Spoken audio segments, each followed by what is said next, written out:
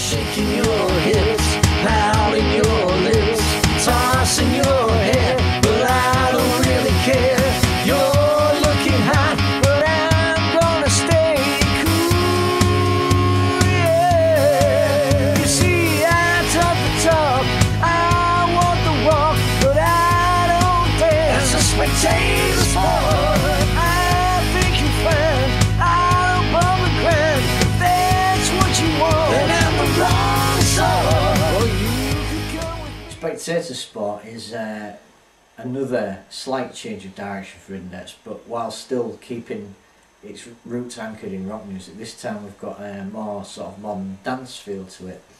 I'd heard some of this dance rock melding on the radio and on TV, and I liked the idea, and I just thought, that's cool, and if I did it, it would be even better. So that's what I did, and I took it to Buz and I said, how do you think if I did a dance rock song? And he was like, dance rock, dance rock. So, and then he heard it, and he got a big plate of words, and he tucked in with a knife and fork. And created lyrics out of those words. You did. Because you went, fuck all. This is how it went down. He goes, oh, what do you think about doing a dance rock song on the album? And I go, some shit, I hate dance rock. And he goes, good work. So he came out with this rocky, dancey riff thing, and then he played it to me. I thought, yeah, okay. They went, that's all I've got though. So over to you. I thought, well, how am I going to hidden depth this? So I thought, well, dance songs, usually you meet a girl on the dance floor, everything works out great, blah blah blah. I thought, I don't want to do that sort of shit. So I tried to bring some reality into it, as blokes actually feel. For example, when you go to a club, on the pub, no man on earth wants to dance unless he's gay. Yeah. And I pictured this image of being in a club, getting a bit of eye contact off a bear. She invites you on the dance floor, and you really don't want to go now because you're going to make a fool of yourself. So I coined the phrase spectator sport. Well, it's not really a phrase, but 2 words. It's not something you coined either, because it's something we all know about. Yes, but you know what I mean. And something else you blatantly stole. It's not stolen, it's borrowed. And without any idea of when you're going to get it back. It's a good title, and my lyrics were wondrous. I showed them to James, and he bowed down to me. So he went, Buz, those are brilliant, I could never write anything that good. So try and write something similar. And he goes, okay, I'll try and write in your style, and hence we got the second verse.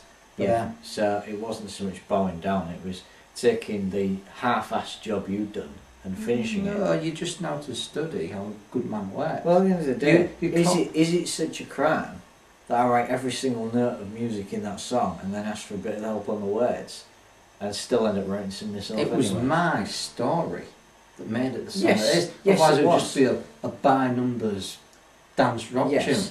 But if I hadn't have picked up where you left off, we'd have had a verse and a chorus of lyrics, then a whole lot of music and nothing else. You know Buz Game can write words all day every day should he wish. Yeah, but whether they're any good or not is an entirely I could have finished it up, but being a team player, I thought he can share the royalties a bit more. In fact, he can have more of the royalties on this song. So I allowed him to help me with the words. So let's face it, my words are brilliant, I don't need any help, but he's not going to learn unless he works with me, is he? But we can agree on the subject matter itself. I mean, clubbing, going out, you've got to be going on the pub if you're a bloke. You can't be going to listen to, and no. Blokes like rock and like soul and they like blues. They're not going to dance to Westlife. No, that's good. And they certainly aren't going to listen to danced up versions of classic songs. And basically what happens is, if you go in a club, the bloke will probably want to go to the bar and have a drink and be happy to stand there.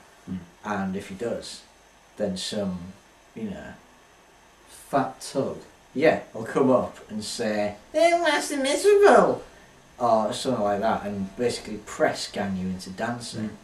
And then when you get on the dance floor, the women tell you what you're doing wrong like they're experts. This is the best bit. They stand on the dance floor writhing around like soldiers riddled with gunfire, and then they turn to you and go, no, they ain't doing it wrong, you know, fuck off. The arrogance of these women. Yeah. Hate clubbing. I hate clubbing.